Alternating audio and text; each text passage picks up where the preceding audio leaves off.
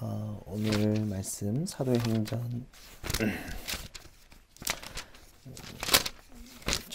사도행전 2장 1절에서 13절 같이 한 목소리로 합독해도 괜찮겠죠?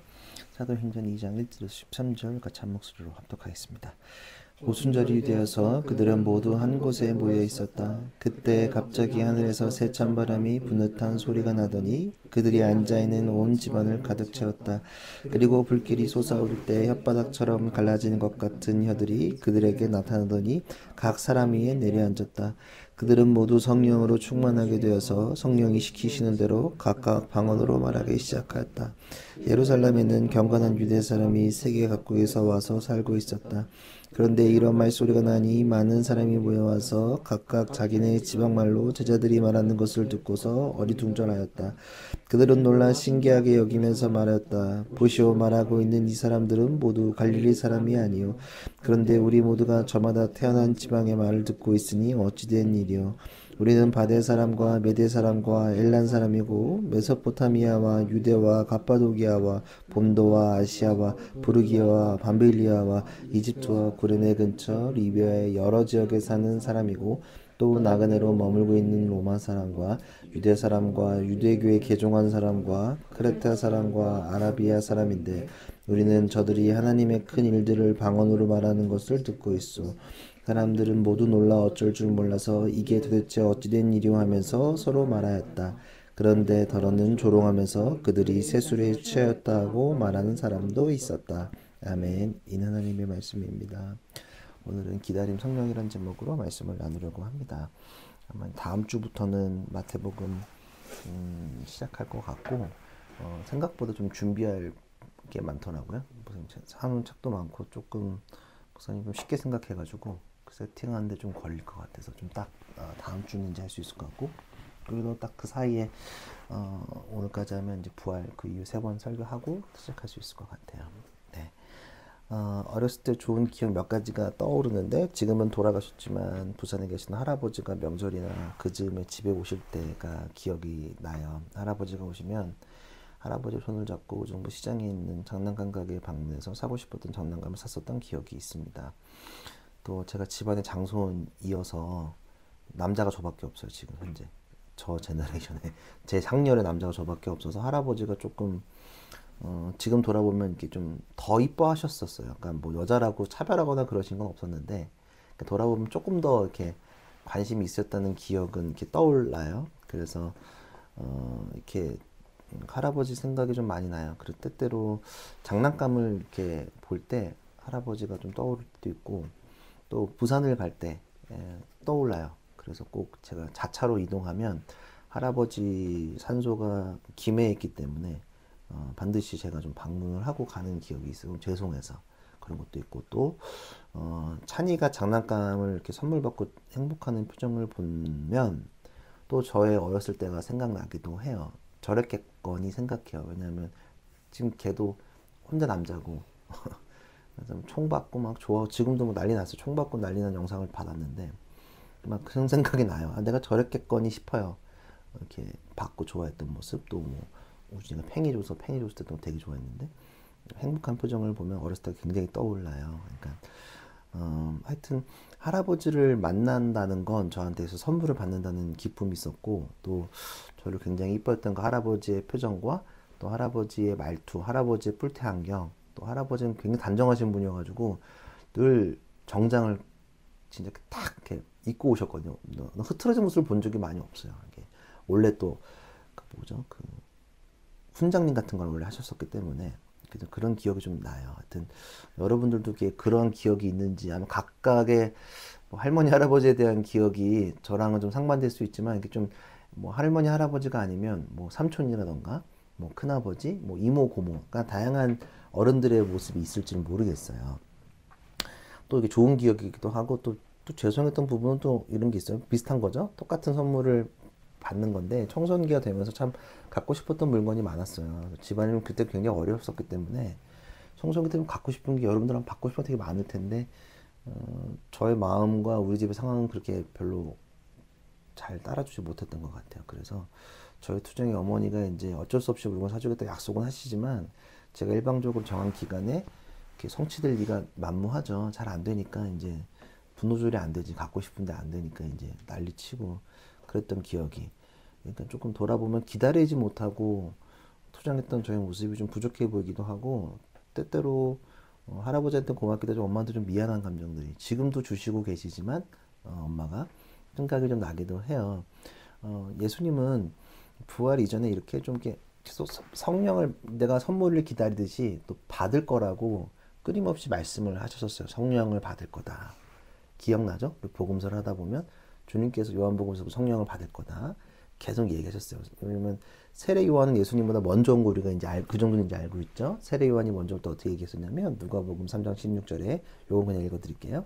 그래서 요한은 모든 사람들에게 대답하였다. 나는 여러분에게 물로 세례를 주지만 나보다 더 능력 있는 분이 오실 터인데 나는 그의 신발끈을 풀어드릴 가격도 없소. 그는 여러분에게 성령과 물로 세례를 주실 것이오 라고 이미 세례 요한부터 그러한 예언을 하기 시작했었고요. 예수님도 요한복음 16장 13절에 이렇게 말씀하셨어요. 이거 들으면 압니다. 그러나 그분 곧 진리의 영이 오시면 그가 너희의 모든 진리 가운데로 인도하실 것이다. 그는 자기 마음대로 말씀하지 않으시고 듣는 것만 일러주실 것이요 앞으로 올 일들을 너에게 알려주실 것이다. 성령에 대한 것들, 진리의 영, 성령에 대해서 얘기하시는 거죠. 라고 요뿐만 아니라 계속 지속적으로 사실은 복음서에서는 성령이 오실 것에 대해서 말씀하셨다. 근데 반드시 온다. 오시는 거에 대해서 끊임없이 말씀하셨어요. 그리고 이제 부활하시고 며칠간의 땅에 계셨죠. 여러분들 우리가 알고 있는 거. 며칠간의 사역을 마치고 이제 올라가 저번에 얘기했었는데 며칠간 늘 그 시간이 있잖아. 상징적인 숫자. 뭐예요? 며칠간이셨어요? 이건 뻔하잖아. 40일. 네, 40일. 제가 늘 말씀드리는데 이런 건 진짜 까먹으면 안 돼. 이거는 기본입니다. 네, 절대 이거는 40일 있는 게 뭐가 어려워? 광야 40년, 시험 40일. 보통 숫자는 4, 7, 12, 40 이런 건데 잘 생각해 보세요. 그리고 대답 계속 하세요. 까먹어요. 말하는 게 되게 중요합니다. 일부러 물어보는 거에 대답하면서 기억하라고. 자, 사도행전 1장 1절을 보면 어떻게 나와 있냐면 이거 우진이가 한번 읽어볼래? 사도행전 1장 1절에서 6절. 우진이 잘 읽으니까 읽어주세요. 이거 무슨 버전으로? 세 번역을 읽을 수 있으면 세 번역을 읽어주세요. 사도행전 1장 1절에서 6절. 데오빌로여, 내가 먼저 쓴 글에는 무릇 예수의 행하시며 가르치기를 시작하신부터 그의 택하신 사도들에게 성령으로 명하시고 승천하신 날까지의 일을 기억하였노라. 해 받으신 후에 또한 저희에게 확실한 많은 증거를 친히 사심을 나타내사 40일 동안 저희에게 보이시며 하나님 나라의 일을 말씀하시니라. 사도와 같이 모이사 저희에게 분부하여 가라사대 예루살렘을 떠나지 말고 내게 들은 바 아버지 약속하신 것을 기다리라. 요한은 물로 세례를 베풀었으나 너희는 몇 날이 못되어 성령으로 세례를 받으리라 하셨느니라. 오케이. 거기까지. 일만 읽어. 5절까지구나. 내가 5절까지네. 오케이. 6절까지 읽어줘. 저희가 모였을 때 예수께 묻자 가로되 주께서 이스라엘 나라를 회복하심이 이때이까 하니. 오케이. 여기까지만 해주세요. 5절까지. 오케이. 자, 사도행전의 저자는 누구냐 하면 누가라는 사람이 썼어. 누가복음을 쓰고 사도행전을 썼어. 그래서 이거는 지금 앞에 보면은 누가가 데오빌로한테 이렇게 얘기하는 거야. 부활하신 예수님에 대해서 예수님이 부활하셨고 40일 동안 이 땅 가운데 있으셨고 그 다음에 이전에 아까 세례 요한의 말을 목사님이 본문을 찾아서 읽어줬었는데 그거 똑같이 지금 요한은 물로 세례를 주었으나 너희는 여러 날이 되지 않아서 성령 세례를 받을 것이다 라고 주님께서 말씀하셨었다. 이런 것들을 약속하셨다라고 지금 강조하고 상기하고 있는 거예요. 예를 들어 지윤이가 만약 오늘 이런 거지. 예를 들어 오늘 윤지가 교회 못 왔으니까 지윤이가 나중에 윤지 만났어. 야, 너 윤지 너 안 온 사이에 이러이러한 일이 있었어. 야, 우준이가 옷 진짜 예쁘게 입고 있었어. 너 집에서 우준이가 그거 입고 간다는 거 얘기 들었었어? 그거 그렇게 진짜 입고 왔었더라. 라고 얘기해 주는 거야. 이해되지? 아니 목사님이 오랜만에 지민이 만났어. 야, 그때 너 못 와서 이런 게 있었어? 아니면 지민이 말고 야, 아니면 맨날 물어보잖아. 형 어떠냐? 작년에 형 어떠냐? 상태 어떠냐? 그러면 지민이가 형 웃었다가 울었다가 난리 났는데요. 그럼 정상이야 이렇게 얘기했던 거 기억나지? 그런 것처럼 얘기해주고 있고 설명해주는 거야. 그리고 그때 그렇게 얘기했던 것들이 진짜로 이루어지고 있어요. 그렇게 말씀하셨어요. 라고 강조하고 있는 거야. 이해되지? 그래서 우리가 잘 알고 있는 6절에서 11절 우리가 다 아는 거. 사도행전 사도들이 한 자리에 모였을 때 예수께서 여쭈었다. 이거 쭉 한 다음에 8절에 그러나 너희가 성령이 너희에게 내리시면 너희는 능력을 받고 예루살렘과 온 유대와 사마리아와 그리고 마침내 땅 끝까지 이르러 내 증인이 될 것이다 하고 들려서 구름을 올라가는 그 장면이 기록되어져 있는 거야. 이해되죠? 자, 이런 상황 속에서 우리가 기억하는 건 뭐냐면 지금 계속 내가 처음에 읽어준 거는 이렇게 될 것이다 하고 이렇게 성취되는 것까지 3년이 걸렸고 예수님이 부활하시고 나서도 또 기다려야 됐단 말이야. 그러니까 늘 하나님은 성경은 늘 약속이야. 아브라함한테도 약속하셨고 모세한테도 약속하셨고 가나안으로 가겠다는 약속을 하셨고 아브라함한테는 오늘 찬양을 고백했던 것처럼 하늘의 별을 세는 것처럼 내 민족 자손을 번성시키겠다고 말을 하시면서 늘 신앙은 기다림이야. 약속하고 기다림이 분명히 있어. 뭐냐면 성령이 오신다는 것은 분명한 사실이야. 그러나 지금 즉시는 아니었고 하나님의 뜻 안에서 이루어지는 거야. 그러니까 아까 목사님 서두였던 거 얘기를 또 끄집어내면 할아버지가 오시면 선물을 받는 건 확실해. 근데 언제 살아가는지는 누구의 결단에 달려있어? 할아버지의 결단. 할아버지가 성민아 이제 가자. 우정부 시장에 가자. 장난감 가게로 가자. 너가 고르고 싶은 거 골라. 사줄게 라고 말씀하실 때 이뤄준 건데 언제 이뤄준 목사님은 그게 언제 이루어진 줄 몰라. 기억에 그냥 가자고 하면 갔고 사주시면 아 이게 성취 나는 돌아보면 좀 멋있게 표현하면 성취된 거야. 얼마나 기다렸겠어. 왜냐면 옛날에는 KTX도 없잖아. 무궁화 타고 올라오시는데 5시간 반을 거쳐서 서울역까지 할아버지를 모시고 가서 거기서 모시고 와서 이런 시간을 보내면서 기다렸던 것들.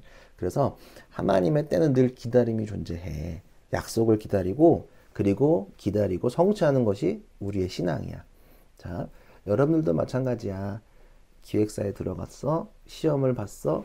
대학을 가기 위해서 12년을 공부했어. 그리고 대학을 들어가서 끝이 또 아니야.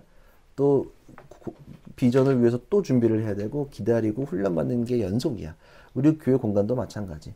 맘만 같으면 당장이라도 빈 공간 하나 대여하고 싶고 큰 공간도 하고 싶지만 목사님은 막 뭐 이번 주도 여러 가지 건물 보고 왔다고 얘기했지만 근데 그게 뭐 빨리 안 돼도 괜찮아. 근데 뭐 빨리 됐으면 좋겠지만 그래도 목사님이 조급하지 않은 건 뭐냐면 또 기다리라고 주님께서 말씀하신 것도 있을 수 있으니까 늘 여유 있고 또 주님의 뜻 가운데 성취할 수 있도록. 왜냐면 난 잘 몰라. 그러니까 나는 사실은 7월 전에 끝났으면 좋겠는데 하나님이 조금 더 기다리라고 하시면 또 기다려야 되는 거야. 왜 그냥 그의 뜻에 달려 있으니까 우리는 늘 기다리고 기다리면 돼. 왜냐하면 반드시 이루실 거란 거는 분명한 사실이니까. 무슨 말인지 알겠지? 자, 그리고 우리가 기억해야 되는 건 여기서 뭐냐면 오늘 본문으로 이제 들어올 건데 부활 후 10일 뒤 부활하시고 승천하시기까지 40일 걸렸잖아. 그리고 그로부터 딱 10일이 지나면 50일 되잖아. 그때 이제 그 기다렸던 것들이 이루어져. 그게 오늘 본문 2장 1절에서 4절이야. 오순절이 되어서 그들은 모두 한 자리에 모여 있었다. 그때 갑자기 하늘에서 세찬 바람을 부는 소리가 나더니 그들이 앉아있는 온 집안을 가득 채웠다. 그리고 불길이 솟아오를 때 혓바닥처럼 갈라지는 것 같은 혀들이 그들에게 나타나더니 각 사람이 내려앉았다. 그들은 모두 성령으로 충만하게 되어서 성령 시키시는 대로 각각 방언으로 말하기 시작한다. 자, 우리는 보통 이거 언제 지내냐면 부활절 있고 50일 뒤에 성령이 임했어. 그래서 우리는 50일 뒤에 성령 감림절이라는 걸 보내. 근데 우리는 5월달인데 그때는 이제 마태복음 시작하니까 안 되고 미리 한다는 느낌으로 겸사겸사 이렇게 또 맞게 되더라고. 자, 요때 이제 임하는데 요때 우리를 기본적으로 오늘 아마 여기 어떻게 다들 성경에서 써있는지 모르겠지만 이제 오순절 마가의 다락방 사건이라고 표현하는 거야. 마가의 다락방 사건. 124명의 사람이 모여서 기도했던 그 일을 나오는 건데 거기에는 어원 그 자체는 그 오순절에는 50이라는 숫자가 포함되어 있고 원래는 오순절에는 성령 받은 날이기도 하지만 그 전날 유대인들한테는 수확한 농산물을 드리는 날이었단 말이야. 그때 절기니까 사람들이 많이 모였던 거야. 그리고 그때 약속했던 성령이 임하였던 거야. 그래서 요즘은 예능을 보면 정말 좀 짜증나는 건 방언 말을 어버버버 하거나 조금 이렇게 말을 잘 못하면 방언 터졌다는 거를 그냥 막 쓰더라고. 그래서 좀 그게 불편해. 그리고 그거의 빌미를 누가 줬냐면 교회 다니는 사람들 이렇게 준 거야. 방언 받고 이런 거를 굉장히 비아냥거리는 표현으로 쓰는 게 좀 불편해. 내가 뭐 방언을 막 안 하면 뭐 옛날에는 죽일 듯이 그렇게 말하는 게 아니라 방언도 할 수 있고 안 할 수도 있지만 그렇게 비아냥거리는 계속 좀 목사님 좀 걸리적거리는데, 그러니까 그 사람들이 방언터였다라고 예능에서 막 비꼬는 거의 뉘앙스가 뭐야? 말을 자기가 컨트롤하지 못하고 말을 버벅거리거나, 혹은 뭐 예를 들어 내가 이중 언어를 쓰는데 이거 하나 또 애매하면 그것도 애매해서 중간에 막 말이 엇갈리면 막 말이 헛나오니까 그런 거를 얘기하는 거잖아. 그래서 방언을 보면 내가 하는 말이 아니라 컨트롤이 안 되는 말들을 막 하게 되는 것들, 그런 것들이 있다. 방언 본 적 있지? 교회에서 사역할 때, 교회에서 예배 드릴 때 방언하는 사람들을 볼 수 있고, 여기서 방언하는 사람들이 있는지 모르겠는데 방언 받았다가 요즘은 기도 안 돼서 날린 사람도 있을 수 있겠지만 방언하는 사람들은 우리 주위에도 여전히 있단 말이야. 그치? 그래서 내가 상상하지도 못하고 내가 컨트롤하지 못하는 말이 튀어나오는 것들이 있단 말이야. 근데 이거를 뭐 연예인들이 이렇게 막 연애 프로그램에서 이렇게 비아냥거리는 말투 쓰는 거 우리가 좀 경계해야 된다. 여하튼 그런 일들이 벌어졌어. 그치? 그런 일들이 벌어졌어. 그래서 5절에서부터 13절에 보면 이제 무슨 말이냐면 10절부터 계속 이상한 말을 막 하기 시작하니까 지금 다양한 지역에 있는 사람들이 막 모여서 뭐라고 하냐면, 저 사람들이 막 소리 지르고 미친 것 같이 보이니까 내가 가만히 잘 들어보니까 저 사람들이 유대 말을 하는 게 아니라 지금 지역의 사람들 많이 모이니까 다양한 언어로 얘기하는 게 들리는데, 마치 기도를 하는데 우리말로 하면 영어로 하고, 그치? 옛날에 누구였지? 원일이었나? 원일이가 이제 기도하러 갔다가 영어로 기도했어. 그래서 누가 방언터였다고 나한테 보고를 해서 들어보니까 영어로 기도한 거거든. 그래서 아, 이렇겠구나라는 생각을 좀 했었었어. 원일이는 영어를 쓰는 애였으니까 영어로 기도하는 게 좀 편해서 영어로 했는데 누가 방언터인 줄 알고 이제 했는데 영어로 했던 거. 예를 들어 갑자기 여기서는 그런 건 아니야. 왜냐면 그 말을 할 줄 모르는 사람들이 영어로 기도한 거 똑같아. 예를 들어 베트남어로 기도한, 우리가 이제 갑자기 성령을 받았는데 베트남어로 기도한다거나, 지윤이가 예컨대 일본말 할 줄 아니까 갑자기 뭐 정기쌤이 일본말로 기도하기 시작하면 정기쌤 일본말 못하시는데 어떻게 일본말로 기도하지? 근데 정확한 문장으로 기도하는 거지. 그냥 단어만 조합하는, 오로시로이한 뭐 피자 이런 뭐 김성근어 한국 한어 쓰는 게 아니라 들어보면 맞는 거야. 예컨대 이제 뭐 언어 할 줄 아니까 내가 아는 언어를 누가 얘기하면 놀랍잖아. 그런 일들이 여기서 벌어진 걸 사람들이 깜짝 놀랐다. 이해되지? 그런 일들이 이국 가운데 벌어진 거고, 놀라운 일들이 벌어진 거야. 이해되지? 그래서 사람들이 어쩔 줄 몰라서 놀란 거지. 뭐 당연히 깜놀 아니겠어? 대박이다. 이거 뭔 일이야. 근데 여기서 늘 신앙은 조롱하는 사람들이 존재하거든. 그래서 13절에 보면 그런데 더러는 조롱하면서 그들이 세술에 취하였다. 또 취한 사람들 본 적 있어? 길거리에 많이 보지.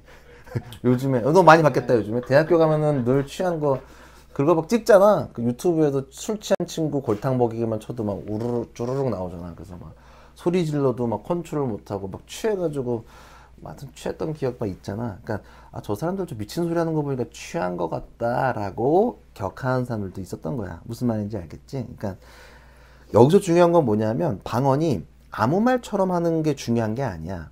그러니까 다른 나라 언어를 했다는 게 뭐가 중요하냐면, 아무 말이나 하는 게 중요한 게 아니라 우리의 의지로 말을 하는 것이 아니라 성령의 힘을 입어서 그의 컨트롤 안에서 우리가 말을 하게 되는 게 그게 중요한 거야. 아, 성령을 경험하면 나의 뜻대로 말하는 것이 아니라 하나님의 뜻을 따라 말하고 하나님의 행동을 하는 사람이 되었다는 포인트가 더 중요한 거야. 무슨 말인지 알겠지? 그러니까 방언 그 자체가 포인트는 아니야.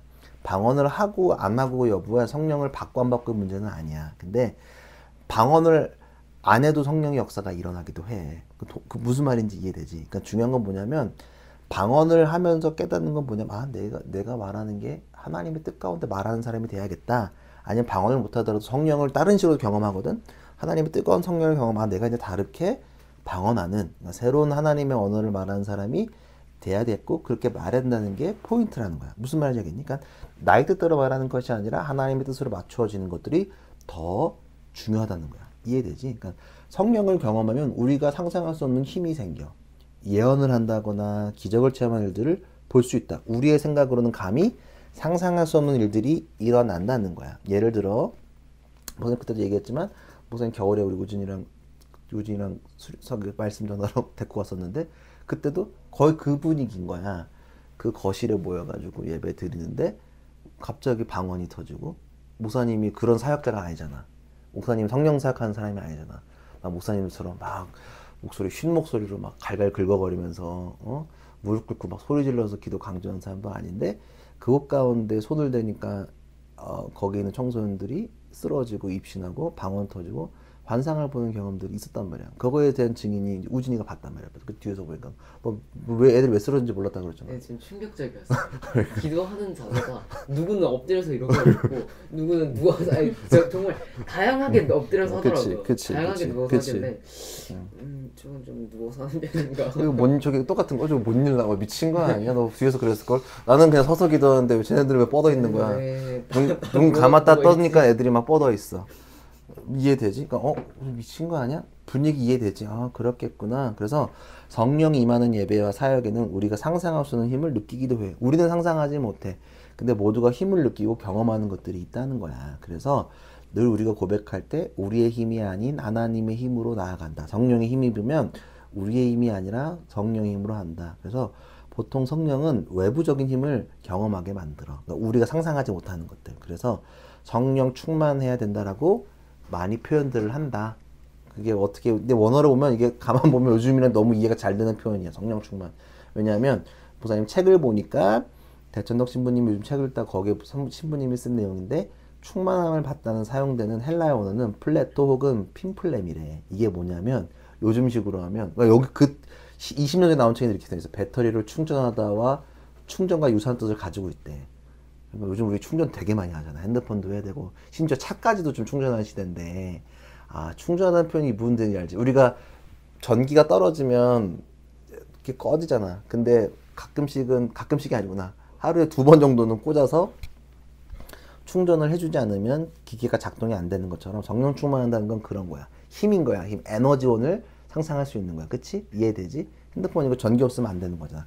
성령이 그런 역할을 한다. 그러니까 성령은 외부적인 힘으로 경험되어짐을 표현하고 있어. 외부적뿐만 아니라 또 내적인 변화도 있어. 왜냐하면 성령은 살아있어. 생명이 있는데 마치 우리 나무가 안에서 수액이 있고 물이 있어야 막 뻗어나가고 무브먼트가 있는 것처럼 내부적으로 바뀌는 것들도 굉장히 많이 있다가 외부적인 힘도 있지만 성령을 경험하면 내부적인 변화. 예를 들어 내가 좀 바르게 살아야겠다.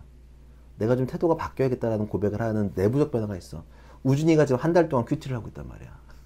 거의 하루도 빠지지 않고. 단 한 번도 빠지지 않았어. 단 한 번도. 오케이. 내가 정정할게. 네. 단 하루, 나 예를 들니까 95% 받는데 거의 100%인 거잖아. 네. 그냥 얘도 그냥 목사님 너무 내가 그랬다니까 너무 빨리 변하지 마라. 너무 높게 빨리 변하면 안 된다. 천천히 가라라고 했지만 내가 시킨 거 아니야. 사실 뭐 권하긴 했지만 강조한 적은 없어. 근데 스스로 했던 것도 뭐 지민이도 뭐 고백하는 게 1년을 돌아보면서 뭐 그랬잖아. 그치? 많이 내가 우물한 개구리였고 또 많은 것들을 경험하고 있다라고 말하는 거. 내가 내면의 변화. 또 여러분들 각자 뭐 우리 성인들도 그런 고백들을 종종 한단 말이야. 그치? 내부적으로 변하는 것들도 나무가 커가는 것처럼 또 우리 안에서 심장이 뛰는 건 우리 잘 모르잖아. 그치? 약을 먹으면 몸이 변하는 거. 목사님도 이거 하고 나서 약 먹으면서 몸하고 또 통풍이 있으니까 약 먹으면서 늘 컨트롤하는 것처럼 내부적 변화가 잘 몰라. 근데 변하는 건 알지. 약을 먹고 기다리고 있으니까. 이해되지? 갈라디아서 5장 22절을 보면 요건 보면 좋겠다. 갈라디아서 5장 22절을 찾아봅시다.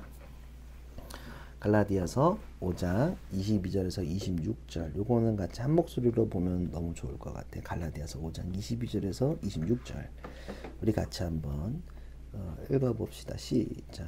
그러나 성령의 열매는 사랑과 기쁨과 화평과 인내와 친절과 선함과 신실과 온유와 절제입니다. 이런 것들을 막을 법이 없습니다. 그리스도 예수께 속한 사람은 정욕과 욕망과 함께 자기의 육체를 십자가에 못 박았습니다. 우리가 성령으로 삶을 얻었으니 우리는 성령이 인도해 주심을 따라 살아갑시다. 우리는 잘난 체하거나 서로 노엽게 하거나 질투하거나 하지 않도록 합시다. 아멘. 이렇게 소개되어 있을까 뭐냐면 성령을 경험하는 사람은 똑같은 일들로 경험되어지는 게 아니라 다양한 성령의 열매를 경험한다.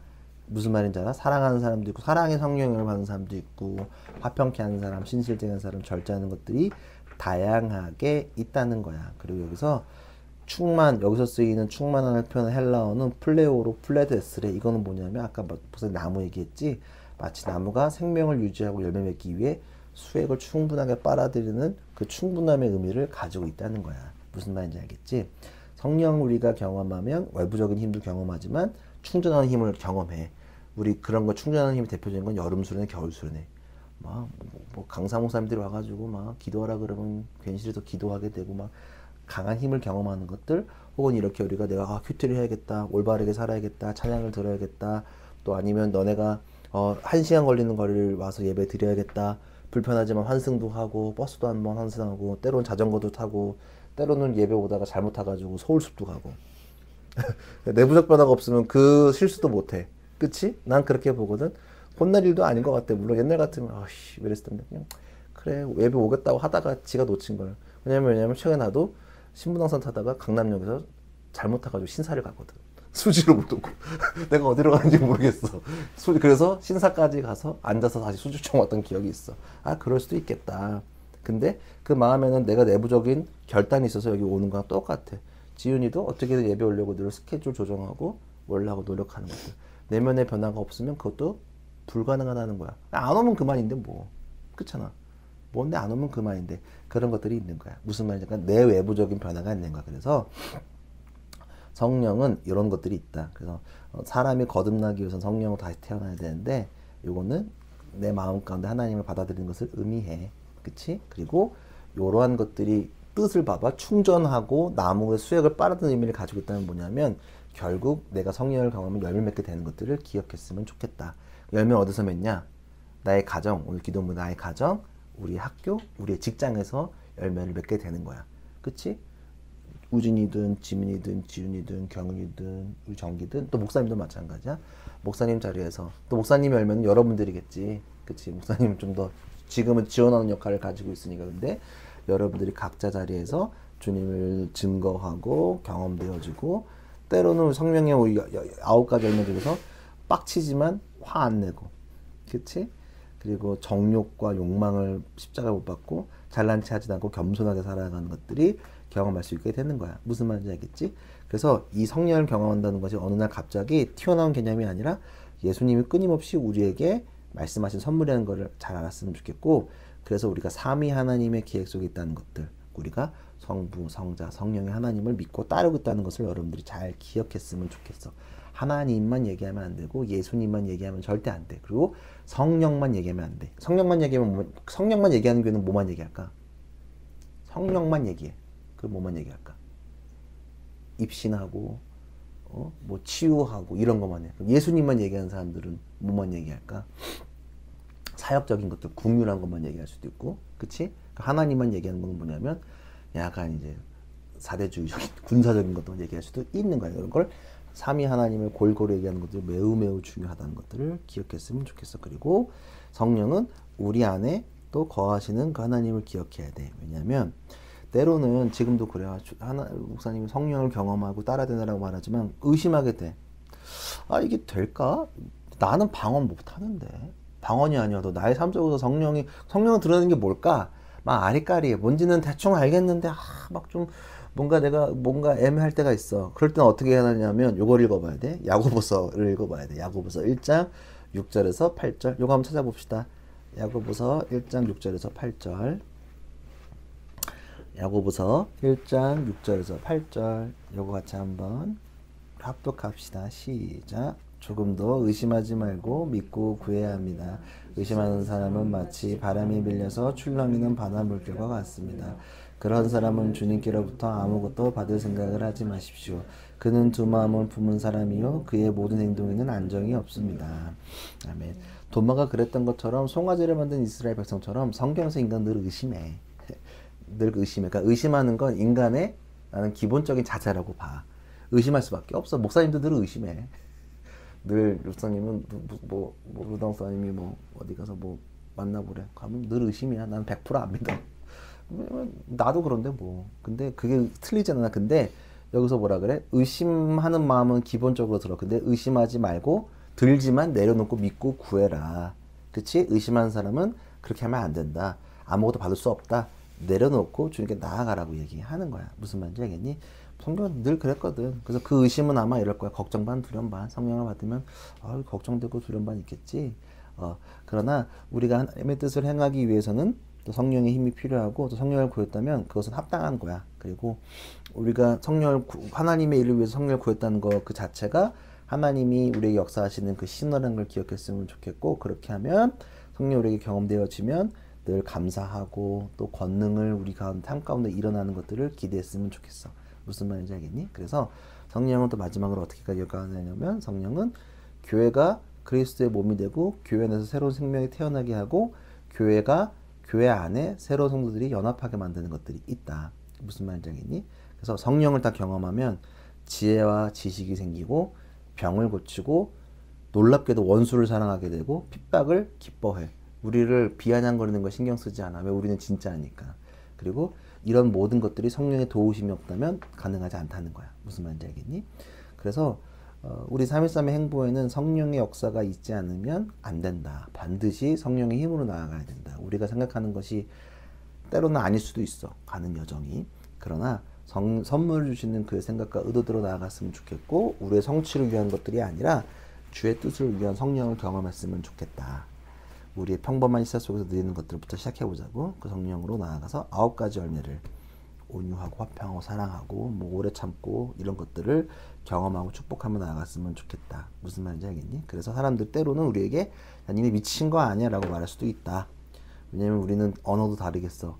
교회 언어가 아니라 축복의 언어를 쓰거든. 비아냥의 말을 쓰지 않고 늘 축복하고 그런 것들을 하니까 두려워하지 않고 나아갔으면 좋겠고, 오순절 오늘 마가의 다락방 사건이 어떤 일이 있냐면, 이제 제자들이 본격적으로 의심하지 않고 담대하게 예수님을 전하게 된다. 요때 2장 이후로 뭐 베드로 지나가면서 막 전도하냐면 갑자기 3,000명씩 전도되고, 막 길거리에서 전도하고 목숨을 두려워하지 않게 되는 것도 요 사건 이후로 100% 바뀌는 거거든. 여러분들 성령을 경험하면서 그 기다림을 통해서 담대하게 우리 사역하는 것들을 좀 해나갔으면 좋겠고, 여러분들도 그런 일들을 꿈꿨으면 좋겠습니다. 아멘. 성령을 경험하십시오. 외부적인 것도 있고 내부적인 것, 그가 동시에 일어나야 돼. 성령 외부적으로 일어나고 내부적으로 변화되고, 예수님이 부활하시고 나서 성령 우리에게 부어주셨다. 그러니까 우리가 삼위일체 하나님, 3.13의 3일이 삼위일체 하나님을 상징하는 거거든. 우리 교회 이름 자체에 그런 것들 따르는 정신이 들어있으니까 여러분들 그런 것들 잘 기억하고 주께 나아갔으면 좋겠습니다. 우리 같이 기도하면서 주님께 나아갑시다.